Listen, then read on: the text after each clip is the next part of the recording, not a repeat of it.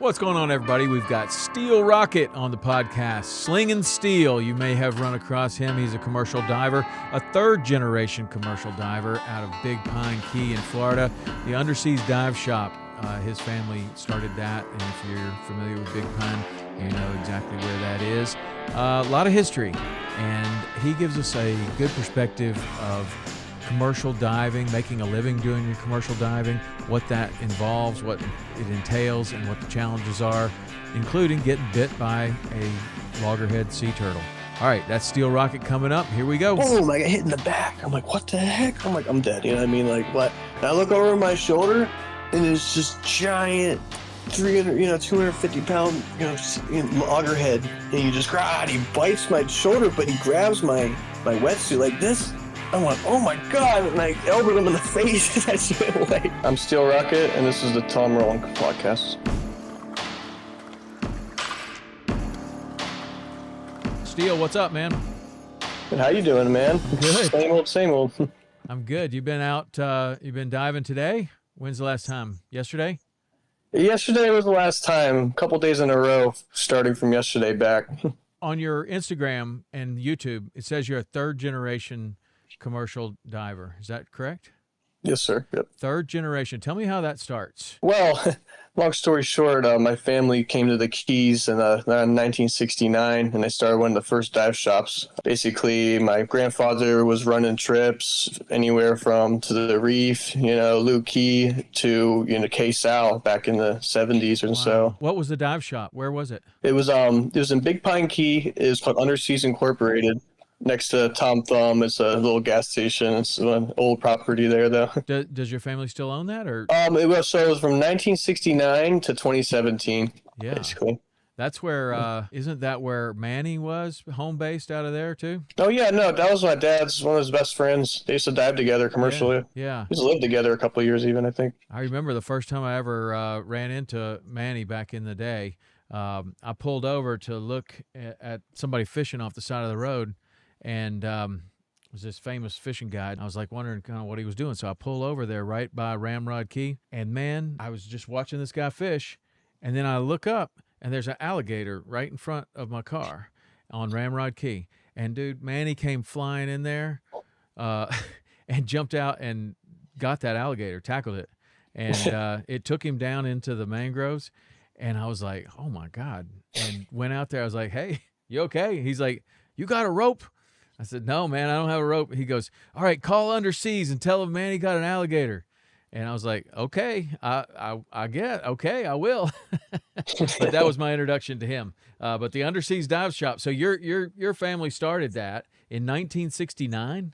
Yeah, yes, sir. That's amazing. Was your family already in the diving business, or? So basically, my family, my dad's side came from Philly, and then my mom's side was from upstate New York.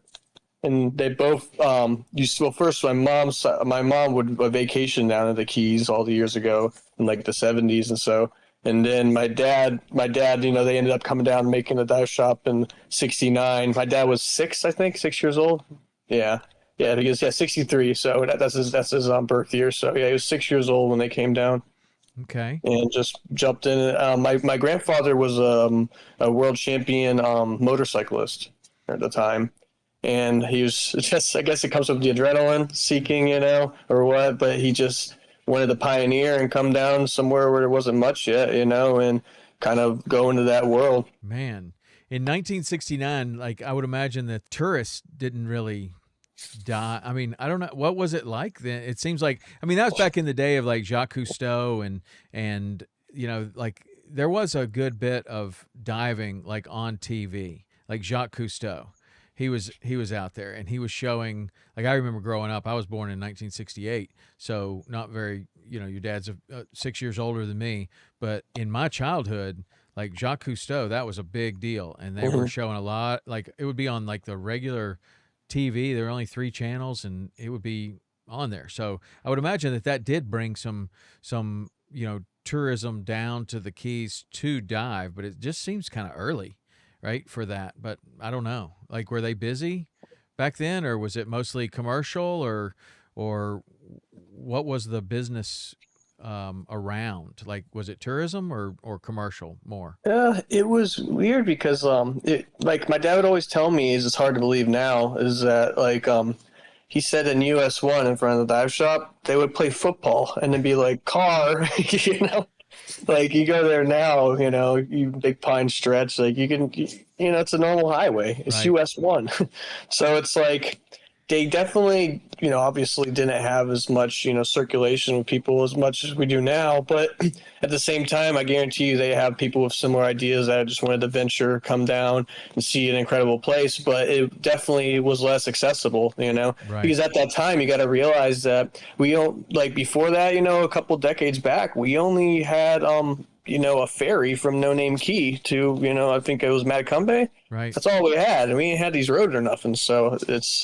I could see people being like, wow, we have roads down here now. Maybe we should, you know, have access. So I guarantee you they probably made some profit off, you know, like the people that are coming through and everything. And also the few commercial people that were diving at that time, because it's such a, you know, still being established, all that. And so the commercial diving then, where were the fish being sold? I mean, some of these places, like I believe, I know some places in Key West, definitely. And then I want to say, I'm not sure I got to confirm with my dad, but I'm pretty sure that some of the places like the one on Cudjoe there, that same building's been there for so long, next to Cudjoe Sales and everything. Low-key Fisheries is called now. I actually sell to them still, so it's kind of funny. But I know they've been, as long as I can remember, at least since I've been selling fish, they've been in business. And I believe they go back a ways there. That's cool, man. So your dad gets there when he's 6, and his dad he's already diving, and that was his idea to start that dive shop. And then so when do you start diving? Like, when do they get you in the water?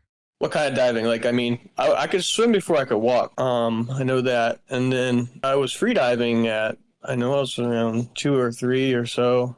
I know scuba diving, I was around 4 or 5. I started scuba diving. Wow. I know that. I hit 80 feet and shot my first black grouper when I was 9. I got a picture of that. Wow. And that's scuba? Yeah, that was scuba. I could free dive 100 feet by the time I was 15. Dang. And, yeah, I just can't, you know, that's one of those things I can't really remember when I actually started, but it's kind of like that's all I know, you know. It's kind of like my same with my dad started really young too, and, you know, it's kind of a family thing. Like, yeah. And so when you're 15 and I mean, did you get your own boat and you start heading out on your own, or are you still diving with your dad, or how's that working? Well, when I was like, at least I think I was 6 or 7, I had a water tender or so. You know what that is? Like this little, the old school, I think they just brand them as West Marine boats now, but those little dinghies that they sell at West Marine, they're like mini whalers, you know? Mm-hmm. And then I used that, never forget, I had a 2.5 horse engine on it. It's funny now because I have twin 300s and I'm like, wow, I feel like I came from somewhere, you know? But like I literally had a 2.5 horse on this tiny little boat, and I think the prop was plastic because they were so worried, you know? And I remember I'd go in the bay, and I wasn't allowed to go. I was in Porcupine Heights and Big Pine. I was not allowed to go past the first island outside the canal there. So I'd do that, and I'd dive a lot of the canals and stuff like that. But then I moved up to a Boston whaler when I was like, I want to say like 12 or so. And that's when I was able to do a little bit more stuff, and I was a little older, a little bit, you know, more knowledgeable. And I moved from there. I ended up eventually getting a number 1, you know, that is like a 42 number 1. Yeah. I had a Gulf permit on it. I used that for a couple of years. And then now I'm running my 29 CV with an Atlantic permit. Okay. And when you first start commercial diving, what kind of license do you need to do that? How young can you be? It sounds like you were selling fish when you were pretty young. It matters which aspect you mean, because there's the MLD, which is a tropical fish license. That's my other job, by the way. And then there's also the, you know, commercial spearfishing.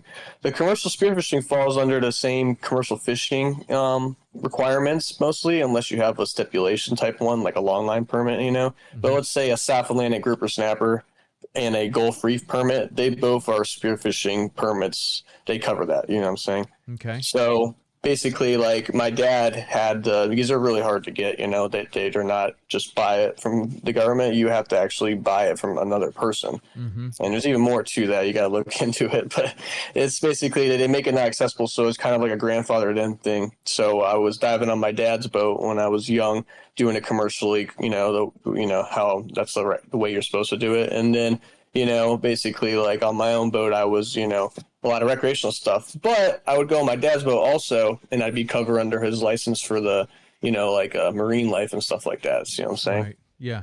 And So, so how do you split up like the year between tropical fish collecting and spearfishing when you're doing this as your sole occupation? so what I do based off my a lot of times is seasons. Yeah. So a lot of times, with most people, grouper's a big one. Like that's my top seller. That's a very hard, fish to get, very good food grade. And so when they close, and I have to, like this time of year when I have to get, amberjacks and pompanos to make up for it, I have a little bit more time to do the tropicals, and also the algae that covers the bottom Yeah.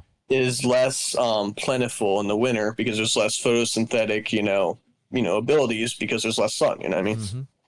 Mm-hmm. So it's a better time of year overall to find, critters. You could say. So is there ever a time that the tropicals would pay better than spearfishing?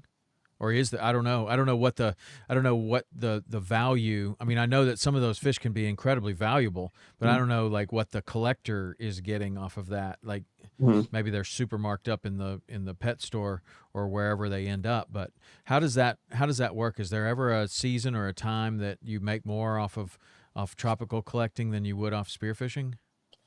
So here's the thing about it. I've always looked at it this way: is that you got something that's a gamble and something that's really exciting, something that's very dangerous, and it's very exploratory, and that's your spearfishing. Mm-hmm. I can shoot a fish that's a 50-pound black grouper. That's a $500 fish. The prices of them are $10 a pound usually around now for restaurants. And thing is, I can either shoot that fish, get $500, or I could lose it to whether a shark or rips off or whatever, bend my shaft, ruin my shaft. That could either go from $500 in profit to losing $100 spear shaft. You see what I'm saying? Yeah. So we got it's definitely a gamble. But then let's go over the tropicals. Tropicals are more like, I know I'm going to get what I'm after usually, like I guarantee as long as I have some visibility, even if I have, depending on what I'm collecting, if I get, sponges and stuff even, then I don't care if I have, 20 inches of visibility. It's fine, Yeah. So it's like I can work with it more and the income's more reliable, but you know what I mean, it's definitely slower pace, it's not an opposite, I'd say, but it's very different, more reliable, but less of a gamble, like one choice won't be the maker, you know what I mean? Yeah. Type deal. Yeah. Yeah. I want to know more about the tropical fish collection because I know people that do that, but I don't know very much about it. But we have this little section of the show where we do this, the hot seat, where I ask you these questions, and it's like either or questions, which you prefer.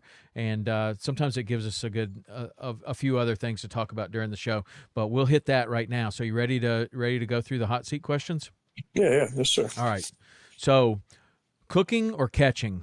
Catching, but I like both. Yeah. Drive or fly? I'd say fly. If on the water, it'd be drive though. Yeah. Chocolate or vanilla? Chocolate, vanilla, chocolate. Text or call? Text. Favorite social media platform? I'd be Instagram. And do you answer every comment, or do you never look at the comments? I answer some. A favorite fish to spear? Cubera. Nice. 1 million now or 10 million later? 10 million later. One thing you've learned in the last year that's made you money? Look behind me when I feel like there's a pompano. Yeah. Okay. Most challenging thing about commercial spearfishing? The conditions. The easiest thing about commercial spearfishing? Being in the ocean. Okay. A movie that makes you laugh? It's like History of the World Part 1. Would you have a reptile as a pet? Oh, yeah, I have. I love them. Non-fishing destination you'd like to visit? Or non-spearing destination? No body of water? I guess there could be water there, but you don't plan on going to fish. The Amazon. The Amazon. Okay. Yeah.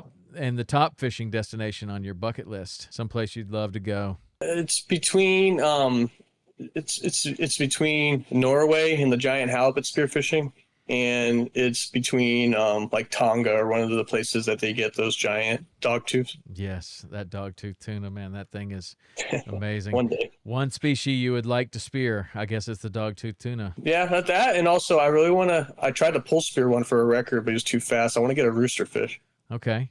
And Baja, I guess, is where you would go for that? I was in Colombia. I almost got one. But Okay. yeah, any of that stretch, Yeah. Very cool. One thing you've changed your mind on in the last 2 years. not expanding outside of commercial spearfishing. Okay. And now you do want to expand? Yes, I've been doing guides a lot more and all that stuff. Things when Okay. I was younger, I was like, I don't know, the commercial realm takes you away from that type of stuff. Right. We'll talk about that in a minute. One piece of advice you live by. Stay positive. I thought you might say watch your six. But Yeah, that stay. would be super positive then, though, Yeah, right? yeah. That would be my advice for someone that makes their living in the water. But so that's one piece of advice that you live by. That was the last one. So tell me about how you at one point you did not want to expand past commercial spearfishing, like that. Like when you're growing up, you're just like, that's it, man. I'm just gonna be a spear fisherman, and nothing else is even interesting. It's more like I remember being in school and everything, and like I just my dream was so long was just see my dad's pictures of Manny and everything, and like all these fish in the square grouper, all those pictures of my dad and stuff. The restaurant over here, Yeah. and like when you're little, you just look up to that stuff so much, and I'm just like, I just want to set a nice goal for myself to get a nice big boat and just travel the Gulf, and I was do 7-day trips and stuff like that, and like I never fought fast that dream because that dream alone was so incredible to buy a Gulf permit and to do that. And I ended up achieving that, doing that for a couple of years, and it was incredible. But then that's what I mean is like, we're human, we always want more. We got to check ourselves, of course, sometime. But, when it came to this, I was like, especially when I went outside the country the first time, I went to Costa Rica and dove, and like, it just blew my mind. I'm just like, wow, I can set huge goals for myself, and like, if you can almost do anything if you really put your mind to it, Right. and now I've guided people in the Bahamas, I've worked on, yachts and stuff, and like I've done some awesome things. And of course it's definitely a learning process because I've always joked and like, where it come from and stuff is like if you're a commercial fisherman and stuff like that, you definitely don't learn the same skills as a charter guy. Like Right. the patience that comes with the people and all this stuff, like there's some amazing people you'll take out. You'll meet some incredible people. That's probably one of the biggest things I've learned over the, time I've gotten into it more and more is like not all the people are going to be really hard to deal with, but you're going to have some, and that's, part of the game though. But physically speaking, it's easier. Mentally, I always say not, but physically, the work is definitely not going to kill you as quickly as the commercial stuff. I used to load my 42-foot boat with, I'm not exaggerating, my ice hold alone would hold 4,000 pounds, and then I have 2,000-pound boxes. I had 6,000 pounds of ice, 60 totes, to totes Wow. of ice, and I'd go out there for up to 7 days, and I'd have like one other person and stuff, and I loved it. I'd explore incredible places that some people may have never dove, and it's great, but it's not something you can do forever. You know what I mean? Like, Right. especially the spearfishing, it's so much on your body. Oh, I can imagine. I mean, and when you're doing that and spearfishing, you're on scuba, or are you free diving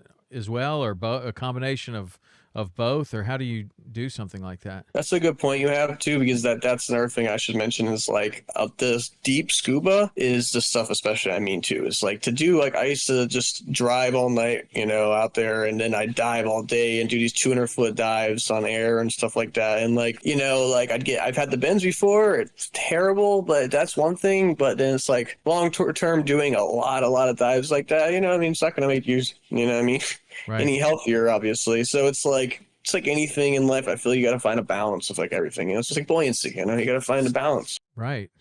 It's like I always want to do commercial spearfishing, probably as long as I can. I'm not saying I don't want to give it up, but I could have something as another income that is still my loves. Than being in the ocean and. But branch outside my box a little bit and, just improve, not only my business, but, myself, you know what I mean? Yeah. Yeah, for sure. And so you look at that as maybe like guiding would be a way to do that. Yeah. Like see someone else, go down and safely get like one nice, beautiful fish and they come up and they're happy. And I'm so used to my head. I'm like, that's not even going to pay half my gas, Yeah, You that's know? the difference. I mean, same with a charter captain. Like, if you're like a tournament fisherman, right, and then you go into charter fishing, and somebody catches one fish, and it's taking forever, and they're barely able to do it, but they're having this really great time, and you think, man, we would have caught 50 by now. Like, you know, if we, like me and my partner, we would have just kept catching and kept catching and kept catching. But it's like this whole mind shift of like, okay, that's not what we're out here for. And until you get there, like some people never get there and they're just stuck in this, man, like you guys aren't very good. And I'm not willing to teach you how to be very good. And I'm just going to be impatient and grumpy all day. And then you have the other people that are like, okay, I understand what we're doing.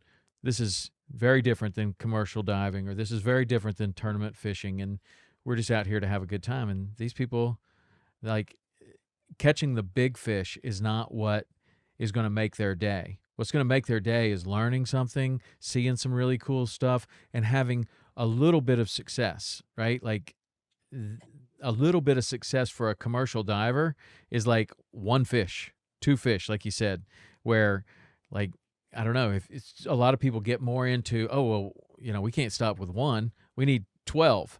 And then they do it 12 times and all of a sudden it's not fun anymore. And they didn't, and you've ruined the day, right? Have Yeah. you, what has been the hardest part about moving into, more of a being an entertainer in being more of a guide, I guess, than spearfishing or collecting? Like, what is the difference?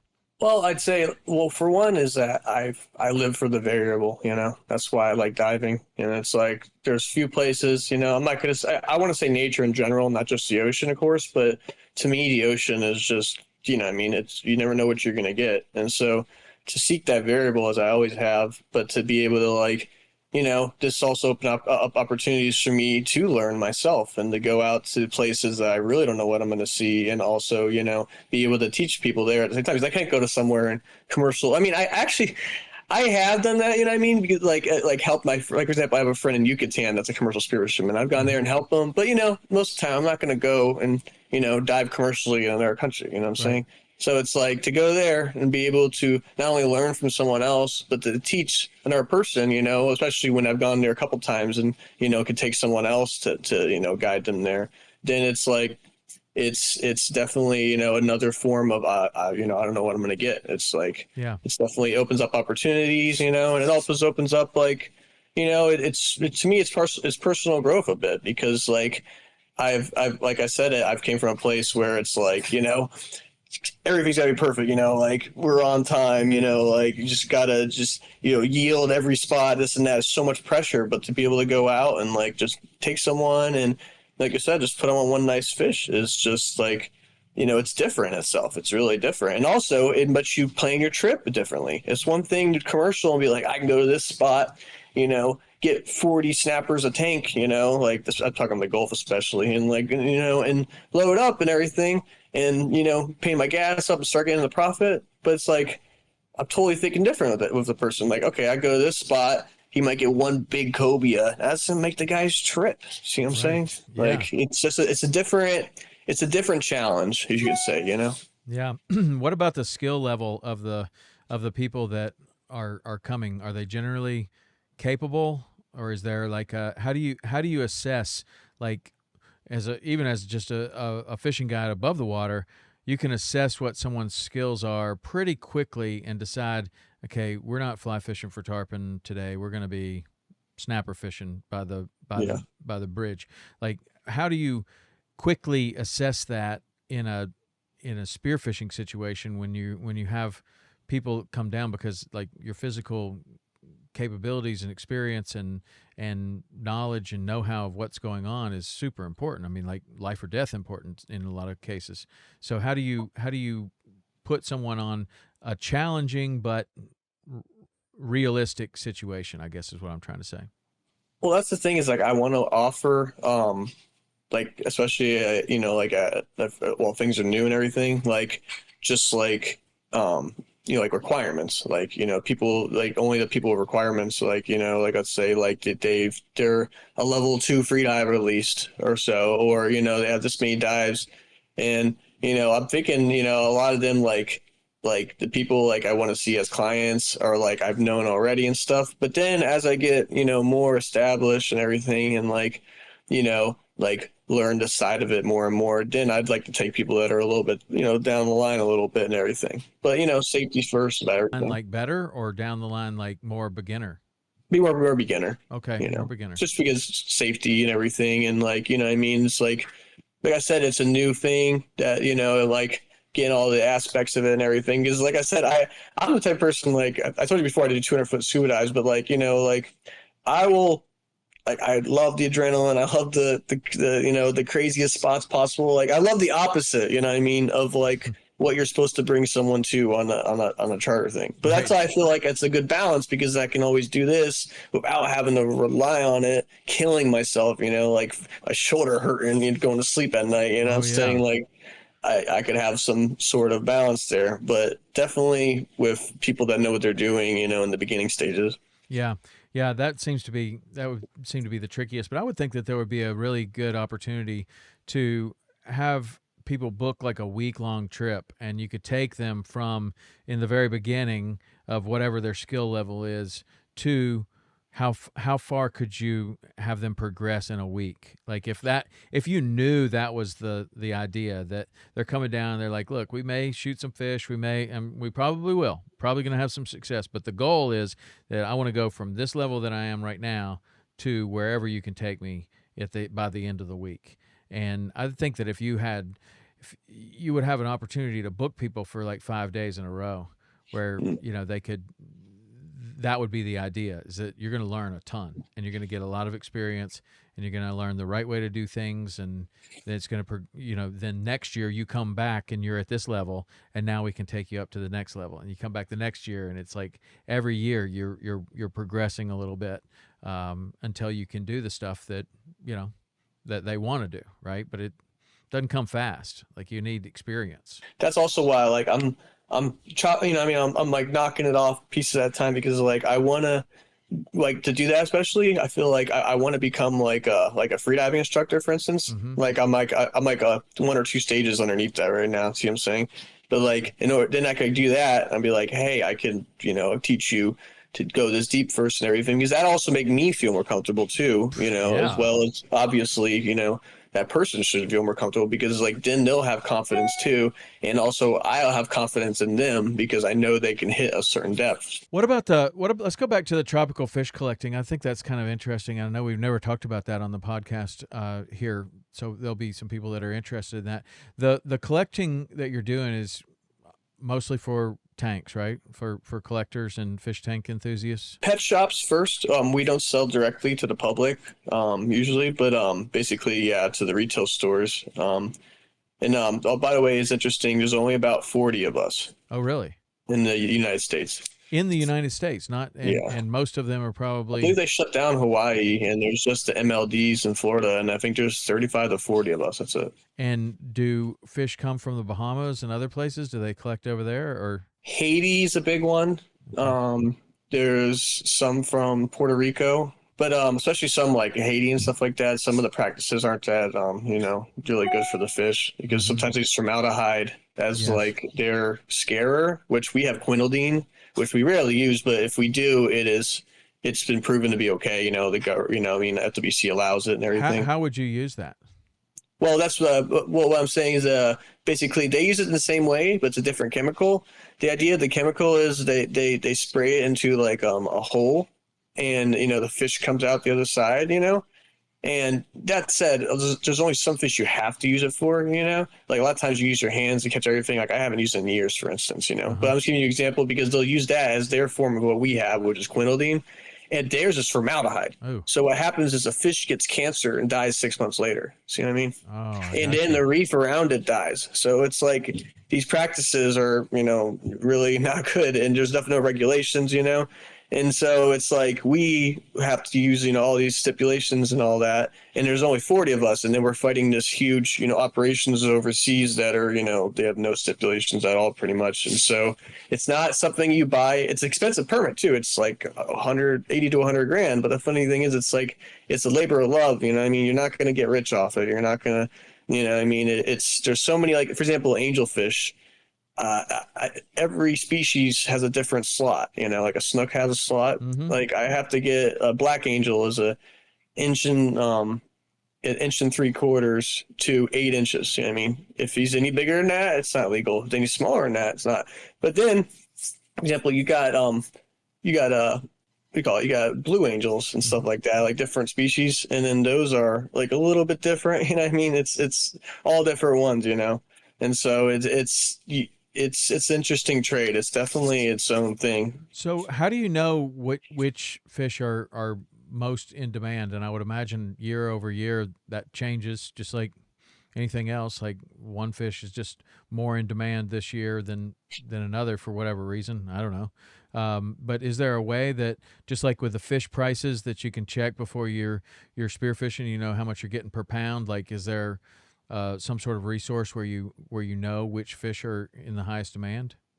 So with this business, it goes by orders. So it's like you have a client like a pet shop, Yeah. and you put an order in and see what you can fill, kind of deal. Okay. And so it's like I will say, usually the most expensive ones are rock beauties and angelfish, and like those sorts, tangs, you know. Mm-hmm. But pretty much the thing is, a lot of this stuff though, you can't just get fish. A lot of times, you got to get inverts too, you know, invertebrates. Mm-hmm. So like a common one is you've heard of turbo snails, Astrea. Yeah. Yep. Astrea snails. You ever see the guys by the bridge in the boat just sitting there? You probably see my dad's boat, the blue CV Yeah. by the Spanish harbor. Uh-huh.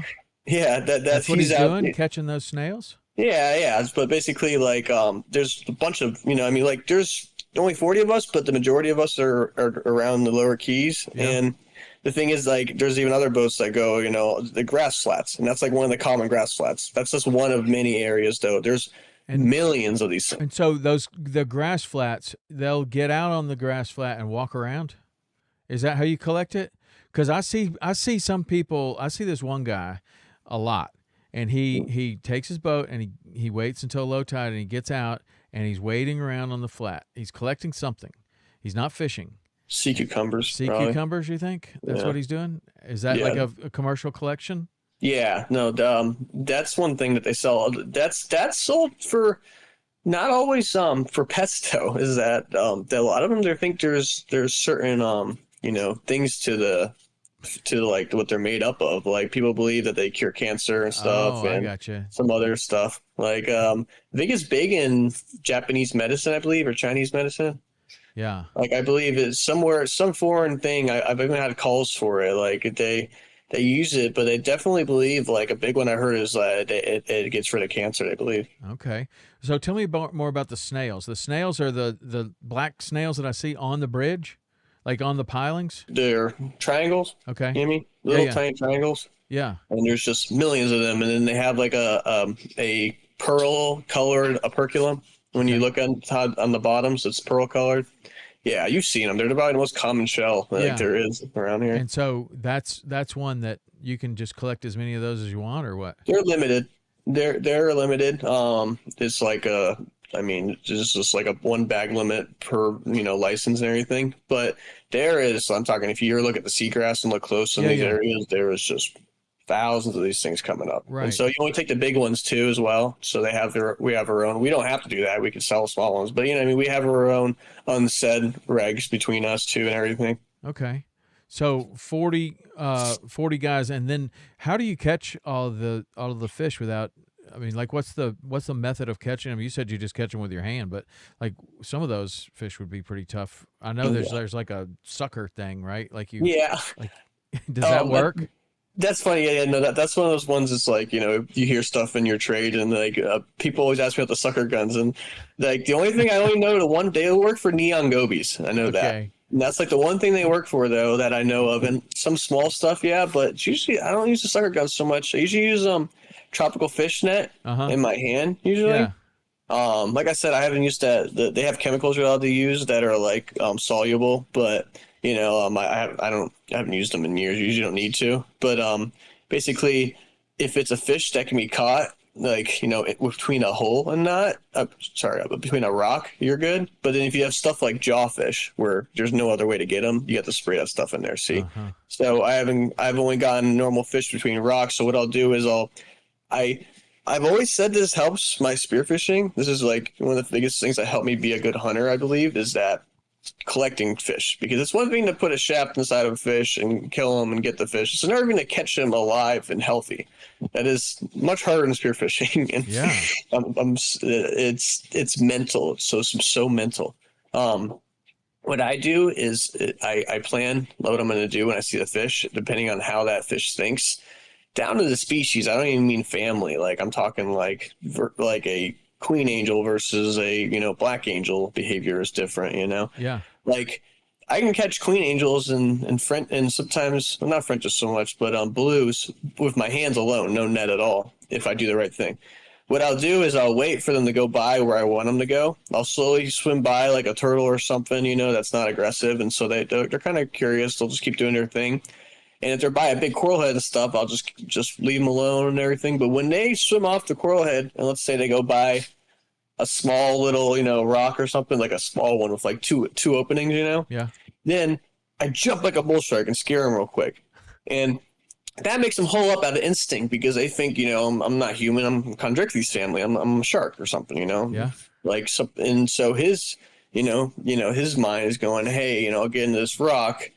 I'm not bleeding or anything too. He's not going to, get into this rock. They don't do that, sharks, like that's at least how I see it. That's their instinct, because so many, years of being chased by things that nothing really goes after him into a rock. And Right. so what I do is I jump on him and he'll just shove his body in there. And sometimes I can honestly put my hand underneath and just pull him out in the rock there. See what I mean? Because they don't expect you to do that, And so, it's all mental. But then it's like you scare them into like a big coral head and stuff, then they've got plenty of places to go and everything. So it's a different thing. It's all about catching them. It's a lot to do with your structure you're working with too. If there's a badass reef or something, then just forget about it. You know what I mean? So when you're down there collecting, when you're spearfishing, obviously you can have a spearfishing stringer. You can get a fish, and you can maybe shoot more than one fish, especially if you're on scuba.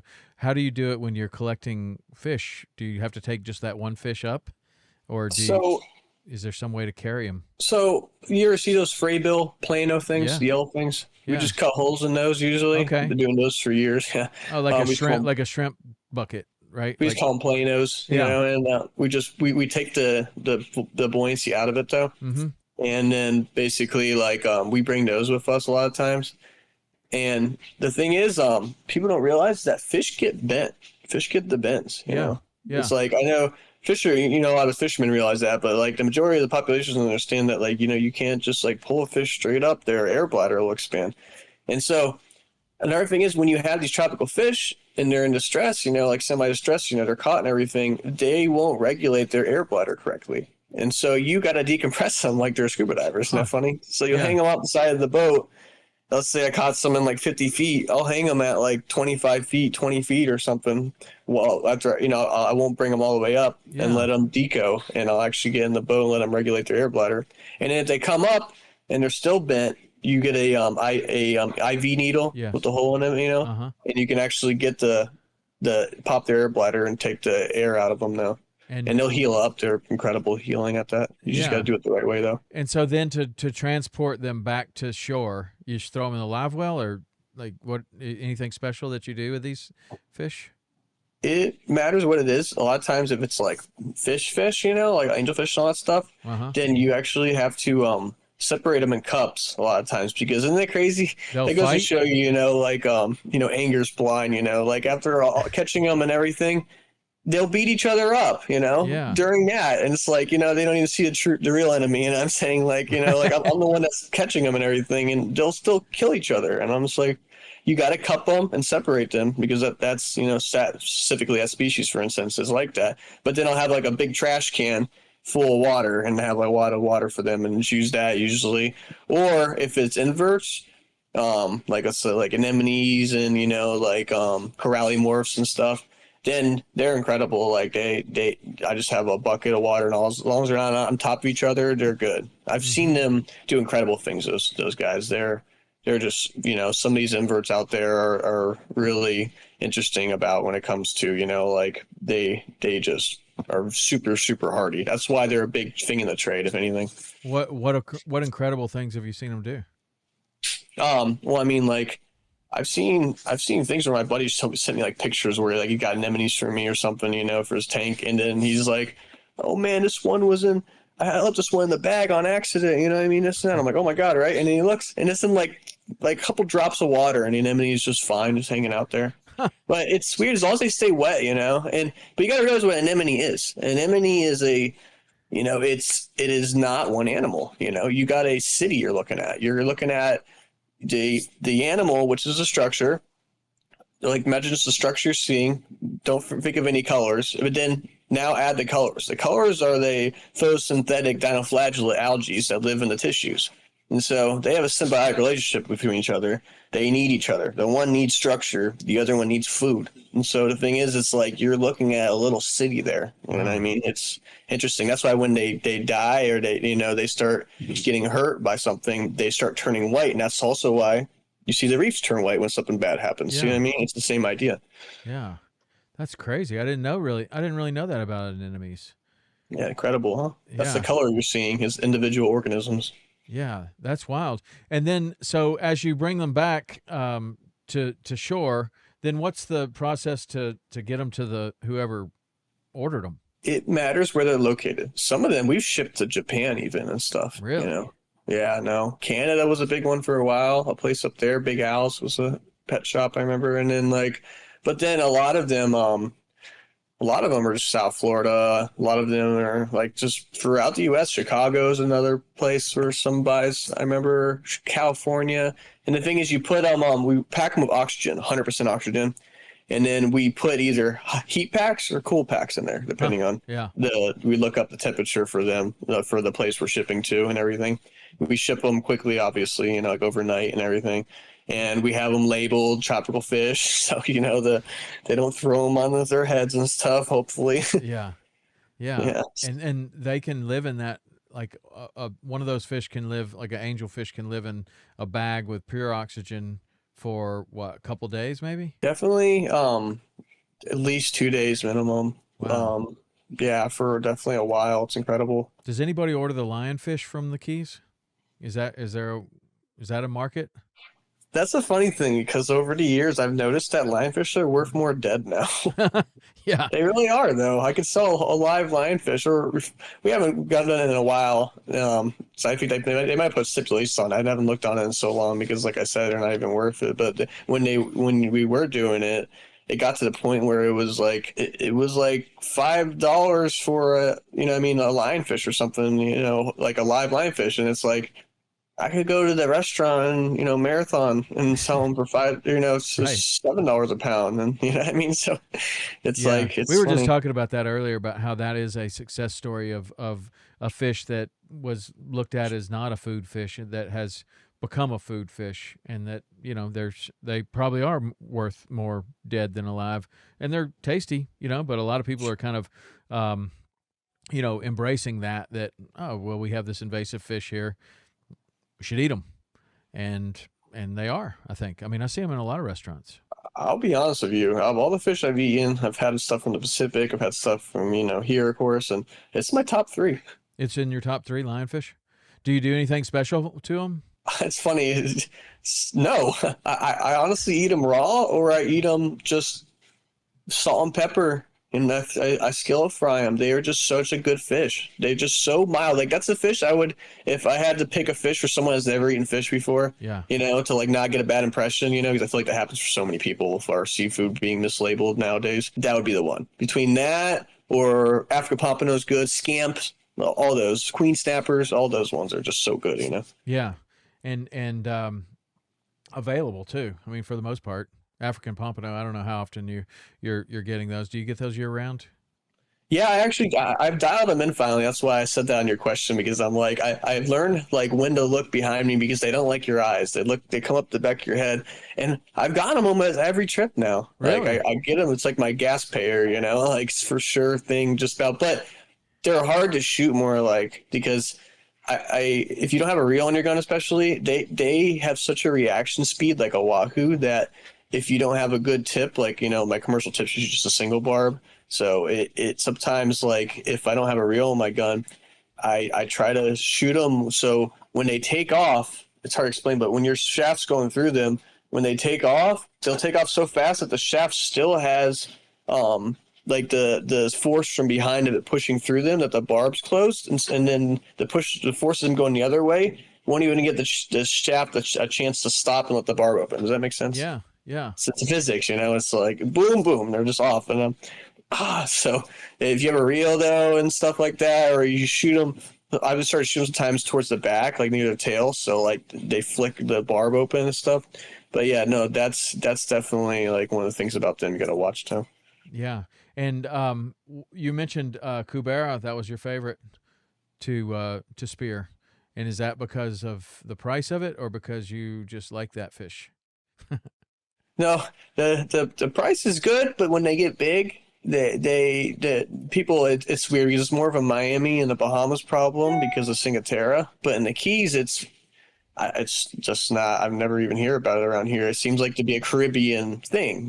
That algae is grown in the Bahamas, and Miami's waters is near there. So the thing is, as long as you're like within the size that people around here want to buy everything like 50 pounds or under, it's good price. It's like mutton price. But that said, black groupers much more. But the reason I like them is because they're incredibly smart. They're just beasts, just total beasts. Like you could shoot them, and I've had one I shot. It was over 100 pounds, and it didn't even speed up its pace when I shot them. It's like they don't feel pain.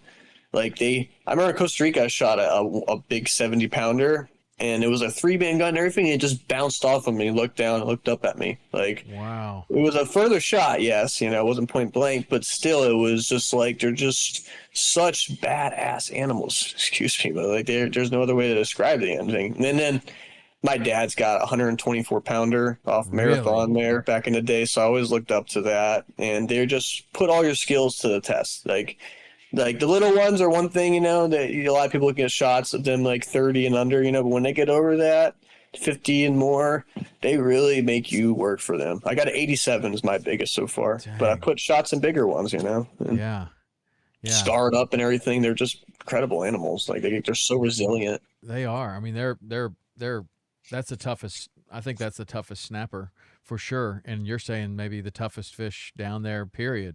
Right? Intelligence.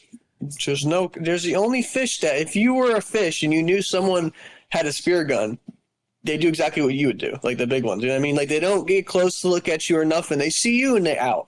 Yeah.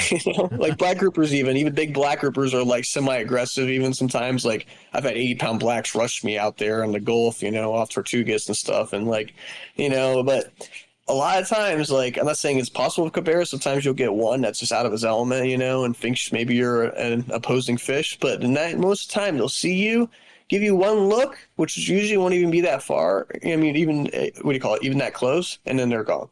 Or sometimes not even that. You'll just see their tail gone. And when you see one that takes off like that, do you expect to see another one there somewhere? Sometimes, but that one of the most incredible parts I failed to mention is that they're one of the only fish though that if you injure, they don't always hold up. Like it's like back to what I was saying before about angelfish and all this stuff. You can know these animal senses because they go off of repetitive, repetitive instinctive measures. You know what I mean? And so it's like that animal like somehow knows that you will go in the wreck after them. Like, and they know, I mean, of course, a nurse shark will do that, this and that, but like a lot of fish will just seek cover right away because, it seems scary. But I've seen them swim past a shipwreck, like in the Atlantic where there's nothing else nearby, injured, swim past the wreck and just swim out in the sand and keep going. And I'm just like, if it was a bull shark after him, I guarantee you he wouldn't do that. He knows that I'm not a shark, because he knows he can get chased down eventually. But he knows he's like, that thing's that's a mammal over there. That thing ain't made for the ocean, Right. That's funny. Incredible. So for a third generation waterman, tell me about your opinion of where we are with the sharks right now. I feel like sharks are different because there's a lot of misinformation going around because there's other parts of the world that the sharks are definitely in decline. Yes. I won't deny that. But I will say in the Caribbean, between the Bahamas and the Florida Keys, there's not less sharks, and I don't have the science to say it, but maybe in the Keys I could say it, I could prove that, but I feel like there's almost more of them. But But you got to realize what humans do to the ecosystem because and there's a lot of different aspects of what we do. But then one of the things you got to think of is we put a lot of food in the water. We naturally do that. You know what I mean? Like just for example, look, roll up you've been on a commercial yellowtail boat, like roll up to a spot. Those yellowtails know the sound of their engine. Yeah. You know, there's stimuli that is being put out there and it's being addressed by these animals in a different way than they've done in all those years. And so you got to realize the same thing for sharks, you know, like on top of having a bigger food source because we drop so much in the ocean, you know, food wise, then you got to realize not only that they're not more comfortable with humans, but they're also, you know, they have the ability to be, you know, more plentiful, I feel like, because there's just such a higher food source than I mean, they know if they go somewhere, they're going to get fed now a lot of times. And so by chum or by divers feeding them or by fishermen fish getting caught. Catching and them eating the fish right off the line. Yep, taxing the fish. Yeah. But yeah, no, they absolutely know it. And the thing is, I'm not saying go out there and kill all the things. I love sharks. I'm not gonna lie to you. You know, like we need them. That's the thing. That's the balance. You know, that's the balance that I feel like people don't understand is that we've messed with nature a little bit, and we're gonna have you know, we're gonna have things happen like this, but at the same time, we can't, you know, just make a cull and cull all of them. You know what I mean? Like it's one thing if things are getting dangerous and everything, and like, you know, there's certain things you don't want to do. Like you don't want to constantly, you know, feed right up to, you know, sharks right up next to a, you know, a community area where a little kid could jump in and get bit. You know what I'm saying? There's stuff like that. But then, like I said, at the same time, like I've noticed if, you know, people that go to a spot and just kill the shark, and this is a controversial thing because like I have friends that even don't agree with this, but like if you go to the shark and you kill that, I mean, you go on the spot, you kill that bull shark, something happens, something weird happens. I know for a fact, one thing I can prove is that the sharks smell it and they leave that spot for a bit, you know, but there's some type of symbiosis here that when it comes to those sharks dying, that like I don't think the spot's quite as good for a while. You know what I mean? Like, I feel like the sharks might bring in something behind them, whether it's something that's affected that affects this, and even affects the filter feeders. You know what I'm saying? Like, it start from the bottom, but we're you know, this planet is very intricate, and we just still don't know everything about it for sure. You know, and there's things that, you know, like there's definitely, you know, things to that. I don't know how to put it, but something happens. So it's there's definitely a fine line of what you should and shouldn't do when it comes to the sharks. But like I said, if it's in an area where someone could definitely get hurt and everything, and you know, this animals, like I've seen bull sharks. Like I've been under on a bridge and I've had bull sharks come right up to me and check me. That's what we call it, because they see what you do, and that's how they react. They come up and see if you fear them. They see if you know, how you react to them. That's why when I do it to me, I rush back at them. You know what I mean? And so the thing is, I've had some though that are just dangerous, like just actually dangerous. Have no fish on me, nothing, just territorial, mean, aggressive. Do I think a shark like that should be in an ecosystem creating more spawn that is possibly similar to that? No, I don't. I really don't. See what I mean? So there's a balance here that us fishermen and divers and conservationists, commercial, recreational, whatever, we got to all understand that and come together on something. You know what I mean? Well, I believe that the coming together is what's missing entirely.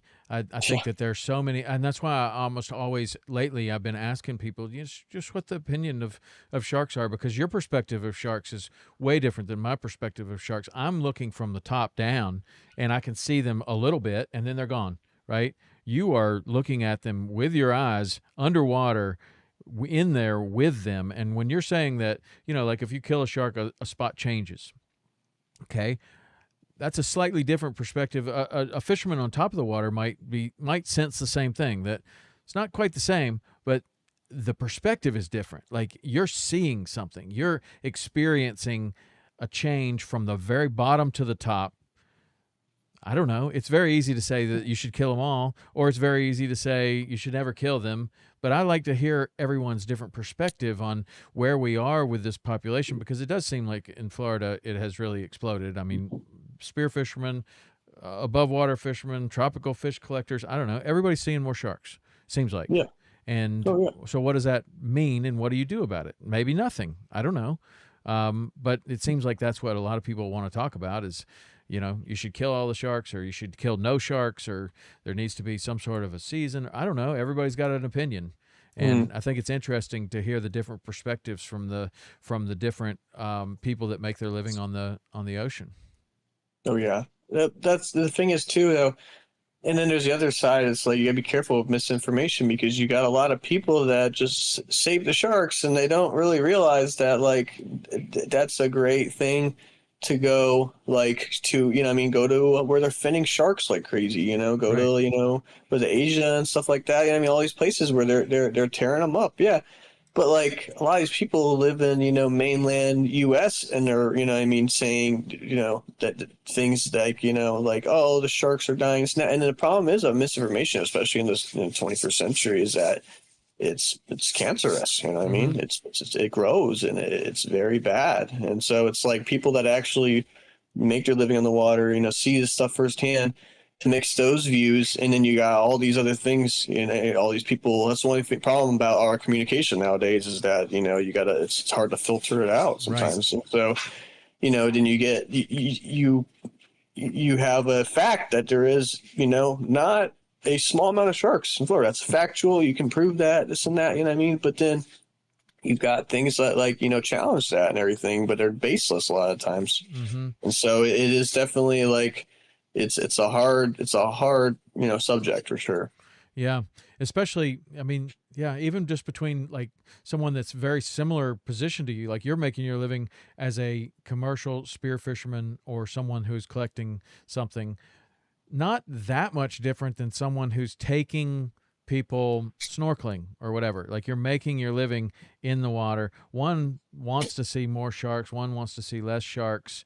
You're basically doing almost the same thing. Like, I mean, don't get me wrong. Like, I understand that there's a big difference between somebody taking Yeah. a snorkeling trip and a spearfishing trip, but you're both in the water with people, right? Like Yeah. that. You're at the end of the day, that's how you're getting paid. And those two groups often are as different of opinion as, say, a commercial fisherman and a recreational fisherman, or a bait fisherman and a catch and release fly fisherman. Mm. Like, and the point is that, man, we've got a lot more similarities than we have differences, and Oh yeah. we should really try to understand what those are and band together rather than allowing these other groups to pry us apart, because once that happens, we're not very strong, and then none of us will be able to make our living on the ocean. I mean, that's what could happen, right? Like, no more spearfishing, no more tourism, no more boats over here, no more this or that. And that's what I'm all about, is like protecting the access that we all have. And I just think that the more we disagree about little things, and the population of a shark population is not a little thing. That's a big thing, right? And it sure is certainly something that deserves to be studied and have some correct science put around it. But man, there are a lot of little things that do pry us apart as groups of fishermen. Spear fishermen, regular fishermen, whatever kind of fishermen. You shouldn't allow that, in my opinion. I know it's fun with the sport. There's so much ego in it. Yeah, and all So in much. all types of it, right? Like in So, I every mean, well, type these of sports, I should say plural, because right. just watermen. It's so much ego in it and stuff like that, and it's just like this one right here. This person right here that does this type of like fishing. Let's say they do deep dropping and stuff like that. Like the spear fisherman over here can't tell them, what a like what a snowy grouper eats a lot of time. You know what I'm saying? But then vice versa, they can't tell, a spear fisherman, where the hogs have been running. You know what I'm saying? It's like problem is nowadays though, everyone, not everyone, but a lot of people feel like they know what's best for another trade that's not their trade. That's the Yes, problem sometimes. yes, that's right. And it's okay to put regulations on that group over there because it really doesn't affect what I'm doing. That's dangerous too. That's another thing. You remember I said like that's a whole other subject, but I will say though, like you got to be careful because, like, for example, a tropical fish trade, there's 40 of us, I mean, that could just be shut down like this, I mean, there's no power, what I mean? Right. But then it's like, look at all the other, commercial trades and everything. And like I get blanketed as a commercial fisherman. I'm a spear fisherman, and I mean, there's so many little things like that, but I'm still like under all those same laws. You know what I mean? It's about who has the biggest industry, this and that. That can do the most. It really is. Yeah. That's a really controversial one for sure. That one's definitely. Yeah. So as we're wrapping this up, what about we move off that subject and into something cooler? What's the best fish that you've managed to spear this year? This year? Ooh. Just since the start of this- January. Well, this year we're only like 21 days in, so I'm sure you've got some good ones then. But I mean, recently in the last 365 days, I know I got a nice Cabera that was like a 65 pounder out front, like pretty close to home. It was nice. I think my biggest black last year was definitely like 50, 55 pounds. yeah. It's pretty good. A lot of nice fish. I mean, I didn't have any crazy prize ones. I got some giant. I know I got some giant lobsters. I was in the Bahamas. That was cool. Really? I got like one that was 12 pounds. That was pretty cool. 12 I got a world pound record. lobster. I got a world record parrotfish in the Bahamas. Really? Wow. Yeah. It's funny because I've grown up collecting them, tropical fish, and like I've never hunted them. That's not really anything. And my buddy there, my driver and everything, my Bahamian buddy, he was funny. He was telling me he's like man, he's like, dude, give me a nice fish, for my Christmas dinner. I'm like, all right, you got any ideas what you want? And twice now is the second time he told me. He's like, I want a big parrotfish. And I'm like, all right, and the laws there are different, and there's you got to use the pull spear and everything, and that's funny because I'm like, all right, and like about an hour later, I look and I saw this beast parrotfish. He's about 40 pounds just about, and I look down, I look up, and I'm like, Joe, you sure you want a parrotfish, right? And he's like, yeah, man, for sure. I go down, and I got him a video, and I shot the parrotfish and everything, pull speared him. I got him up. And it was funny because like I got him up and I didn't think much of it. I'm like, wow, this thing's a beast. It's crazy. His beak is this big, giant beak. And Wow. the thing is, I got him up and I gave it to him, whatever, and like I didn't think much of it. And then he goes home and he starts cleaning it, and it's like I never forget, it's like 9 o'clock at night or so, and I'm just like chilling there and relaxing, and I'm like, I'm gonna look up the records, and I look, and the parrotfish on the record thing for pull spear is like 20 pounds. It's like not even close. I was like, what? As I call him, like, Joey, wait. He already gilled it and he already gutted it. But it was still 10 pounds bigger still. Wow. So I submitted it. I still submitted it. It was he's 31 pounds, but that's without gills and guts. Wow. So you'd probably, I'm guessing 36, probably whole or something. Will they take that? Like what's the record keeping organization for spearfishing? Yeah. No, they said they'll take it. It's all good. I did everything. It's IUSA. It's all free dive only records, That's well, I guess because like, in regular fishing, if the fish is mutilated, it doesn't count as a record. Right. Like, and often in a tournament, like if a shark bites it on the tail or whatever, then it won't count. And people have lost like $1 million marlin like that. But I guess that's the nature of spearfishing. It's always going to come up with a hole in it. Yeah. But gutted, I feel like also though, gutted is if anything, I feel like, in my opinion, if I ran something like that, I would make everyone gut their fish. Yeah. But I'm commercial, so me gutting, I don't look at gutting the same way. It's like eating breakfast. You know what I mean? Like I don't know, like it's a normal function. But like I mean, I know there's a lot of people around there that's not gonna like want to gut their fish and stuff. But that's the best way because like I feel like people put weights in fish and stuff, and at least if they're gutted, they'll fall out the bottom. Did you see the walleye guys that did that? And they were trying to win big money. What a joke. What a joke. That was ridiculous, man. And then that guy got in trouble again for something else. Like what? They went to his house. Yeah, I saw that allegedly went to his house and he had all these deer mounted on the wall, and they could tell that some of them, a large number of them, were poached.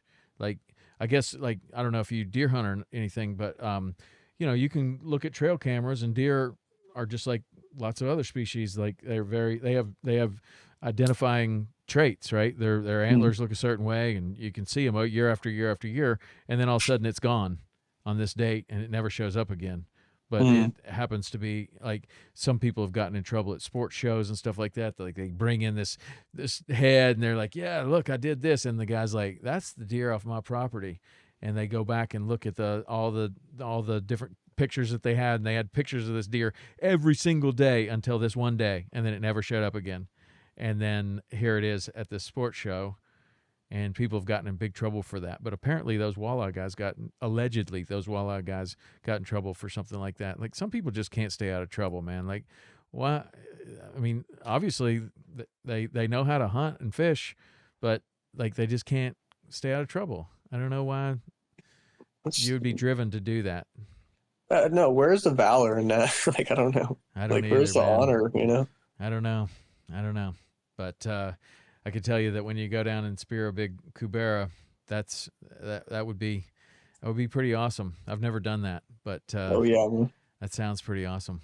Incredible animals. The big teeth too. That's so cool. I've been bit by them. That's another aspect I mentioned. You have been bit by one after you speared it, or like a free swimming one? No, I shot him, and then he self-defense and grabbed my leg. They get you good. Dude, I bet so. Careful. I mean, like, stitches good? I didn't get stitches, no.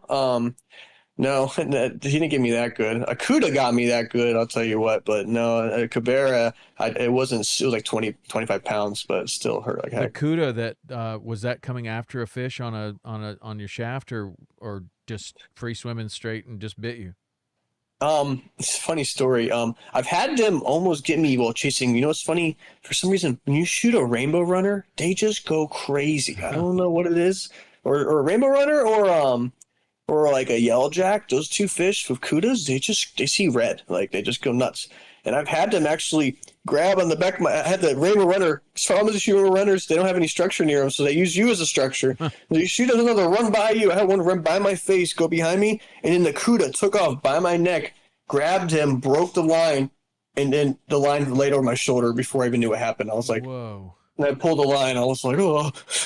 But that one that bit me, though, I shot the Cuda. I was going to use him for deep drop bait. I was on my way out to Pulley Ridge on those long trips when I had my big boat, and I would dive my way out before it got too deep, of course, and then I would deep drop bandit reels.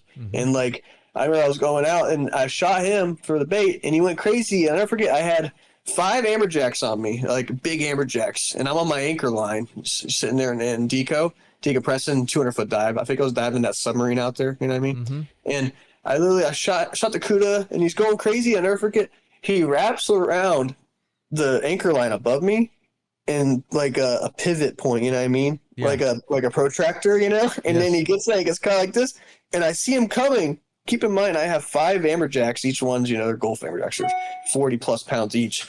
And I'm like, oh, crap. I couldn't move. And so all I did is I'm coming down. He's coming. All I did is I covered up best I could. He grabbed my thigh. He grabbed, wow. Like, he didn't mean to. He's not an aggressive fish. So people understand. Kudas are not aggressive at all. Right. I've had them in aquariums and had them get beat up by the other fish. You know what I mean? They're not mean fish. But, like, I'm telling you, this thing came in out of fear. I shot him in the face, so he's freaking out with his mouth open. He just hit my thigh, and he basically put a hole. I only had board shorts on, too. I didn't have bottom wetsuit, and I had a hole in the top from the top jaw and a small one in the bottom. And my fat, like yellow fat, was hanging out. Wow. Luckily, I didn't hit the artery or nothing. But that got me, and it was leaking really slowly, but like I knew I was okay. And it was the first day of a 5-day trip, and that sucked. It was the very first day, and I put $2,000 in the boat. You know how much it costs to get out there and everything. And I ended up just putting alcohol, hand sanitizer, all sorts of stuff on it, and betadine and all this every day. And I'd wrap it up, but I kept diving. And the funniest part of that whole trip is the dive after. Like 4 hours later, I had surface time, and I wrapped it up. The dusky sharks on the way down on the tugboat, north of Tortugas, on that boat there, were following me and messing with me before I had fish. And I'm like, what the heck? And I realized I was still leaking, And I'm like, it is true what they say. They really do, go after your blood when it comes down to it. Dang. Yeah. And then you stay 5 days and then go get stitches? I should have got stitches. That's what I mean. It should have. It was worthy of stitches, but I just kept doing, I kept wrapping up, cleaning at night. And the saltwater, I believe that clean salt water works wonders. Yeah. Like I got bit by a reef shark not long ago, actually, but I had a really good glove on. But I cleaned it out real good, and I kept diving, and I I've noticed that, like, saltwater, people underestimate how good it is for you. I'm not talking like dirty, you got to worry Right. about infection saltwater, but Right. like clean, good saltwater, do the initial clean, obviously, I'm not saying just jump right in, but like that is incredible for your wounds. It really is. Yeah, it's everything heals fast, and your Sickness fingernails too. grow like crazy. Yeah, Like sickness too, I think. Yeah. yeah, I do. Fevers. Well, I Yeah. mean, yeah, I think the ocean is the that's the heart of the whole world, right? Like Mm. it's a living organism, and you're Yeah. in it. Like that's I believe that too. What else have you been bit by? So yeah, the reef shark was the other day. I got so lucky though. I had an armor glove on, but it just punctured my fingers here. You kind of see. Yeah. Um, he ran up to me and got me though, but that was the most recent one. Why were you wearing an armored glove? Did you know you were gonna? What were you doing? Well, it's these gloves that you see them, the red and black. They have a hammerhead shark on them, Yeah. and they have rubber. They're not like metal armored, but they're armor enough to definitely save me a big difference. Right. And it had this rubber right here, and nitrile is the whole thing. So it's like Kevlar nitrile, and then it's got these rubber tops to them, and that's what saved me the most. And basically, that it's my normal dive glove, but it's like the strongest one I have, and Yeah. that's like the game changer. No, yeah, I had a sea turtle get me. I remember a sea turtle. Sea turtle bit you? Yeah, a sea turtle. I never forget. He like grabbed onto my. I was like diving, and it was like dirty water. It's a funny story. Yeah, it was really dirty water, and I was like looking around. I shot a grouper, and I was like pulling up, and I had it on me, and I'm like just like worried about something gonna come up on me. I never forget. All of a sudden, boom! I got hit in the back. I'm like, what the heck? I'm like, I'm dead. You know what I mean? Like what? And I look over my shoulder, and it's just giant 300, 250-pound, loggerhead, and he just he bites my shoulder, but he grabs my wetsuit like this. I'm like, oh my god! And I elbowed him in the face, and I swam away. I never forget one of the scariest I was for like 50 milliseconds before I knew what happened, because I had a fish on me, and something just smacked right into me. You know what I mean? Wow. Yeah. I mean, a turtle doesn't give either. Like, there's no give in that thing. No, that was crazy. I was at that rubble pile on the Atlantic, one of those rubble piles, Uh huh. It's crazy though. I mean, I've never heard yeah. of a turtle biting someone. Do they do that? Is that like common? It's no, they're old and blind, Yeah. and then you gotta watch out because they think you're another turtle. So you gotta be Okay. careful. So they'll just like So you're bump into aggressive you. or they're mating season. So Yeah. one or the other, you gotta watch them. I gotcha. But that's rare. That's like the old. Like I said, this thing's eyes were like clouds. They were so old. Like what I mean, it's not something you see a turtle in the reef like, oh, like no, it's not something that's gonna happen like that. It's the type of thing that happens to you if you're in the ocean a lot, and that little statistic falls on you. Right. Yeah. That's like the last thing that you think was going to happen is get bit by a turtle. I hope that's not going to be what takes you out. That would be ironic. I know, right? Yeah. Well, if somebody wanted to go with you on one of these dives, what would they do? Because we're running out of time here. So I'm still setting up everything for like the guides and everything. Yeah. Right now I'm doing them like the Bahamas and so, but I'm getting everything into place to do it on my own vessel and everything as of. And then so just basically you can contact me on my social media, Sling and Steel works, or my Facebook, my name, Steel Rockett. Any of that's fine. And that, or and if they ever like, if they just was putting us out there, if they like diving and they love the ocean, nature, any of that, they want to see some like sharks, they want to see some intense like harvesting, and you can check my YouTube out too. Okay. It's the same name, Sling and Steel. Sling and Steel. All right. Yeah, a lot of shipwreck history, World War II shipwrecks, all sorts of interesting stuff on there. Oh, that's cool. Yeah, I would definitely check that out. You pick up some new people from this, and definitely check out his Instagram. That's where I've seen most of your stuff. But I'm going to check out the YouTube too. Sounds cool. Awesome. All right, man. Well, it's been great. I learned a lot about tropical fish collecting for one thing, but also diving, and I really appreciate you giving us your perspective on the sharks. But I'll run into you maybe in Big Pine. Where do you live? In Big Pine or? Yeah. I'm on a houseboat. Yeah, in Big Pine area. Okay, right off of the boat ramp or where? Yeah, it's in Pine Channel there. Yeah. So Okay. All right. Cool. Fishing there all the time. All right. Well, it was great getting to know you, and we'll be back with another great guest, just like Steel Rockett, next week. All right. So come back. See ya.